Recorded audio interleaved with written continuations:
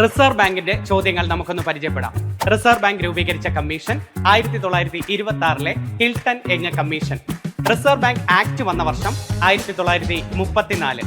Reserve bank നിലവിൽ വന്നത് 1935 April 1.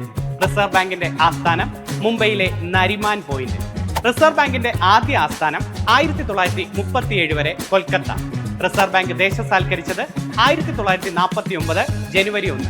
Reserve ബാങ്കിന്റെ ധനകാര്യ വർഷം ഏപ്രിൽ 1 മുതൽ മാർച്ച് 31 വരെയാണ്. സ്ഥാപിതം മൂലധനം 5 കോടി രൂപ. ആദ്യ ഗവർണർ ഓസ്ബോൺ അറക്കൽ സ്മിത്ത്. രണ്ടാമത്തെ ഗവർണർ ജെയിംസ് ടൈലർ. കറൻസി നോട്ടിൽ ഒപ്പുവെച്ച ആദ്യ ഗവർണർ ജെയിംസ് ടൈലർ. ഇന്ത്യക്കാരനായ ആദ്യ reserve bank governor CD Deshmukh. ഗവർണറായ ശേഷം പ്രധാനമന്ത്രിയായ വ്യക്തി ഡോക്ടർ മൻമോഹൻ സിംഗ്. നിലവിലെ ഗവർണർ 26ാമത്തെ വ്യക്തിയായ സഞ്ജയ് മൽഹോത്ര. റിസർവ് ബാങ്ക് ഗവർണറാകുന്ന ആദ്യ റിസർവ് ബാങ്ക് ഉദ്യോഗസ്ഥൻ M നരസിംഹം. റിസർവ് ബാങ്കിന്റെ ആദ്യത്തെ ഫിനാൻഷ്യൽ ഓഫീസർ സുധാ ബാലകൃഷ്ണൻ.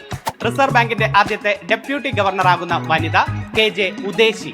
ഏറ്റവും കൂടുതൽ കാലം റിസർവ് ബാങ്ക് ഗവർണറായത് ബെനഗൽ രാമറാവു. റിസർവ് ബാങ്ക് ചിഹ്നത്തിൽ കാണുന്ന മൃഗം കടുവ. റിസർവ് ബാങ്കിന്റെ ചിഹ്നത്തിൽ കാണപ്പെടുന്ന വൃക്ഷം എണ്ണപ്പന.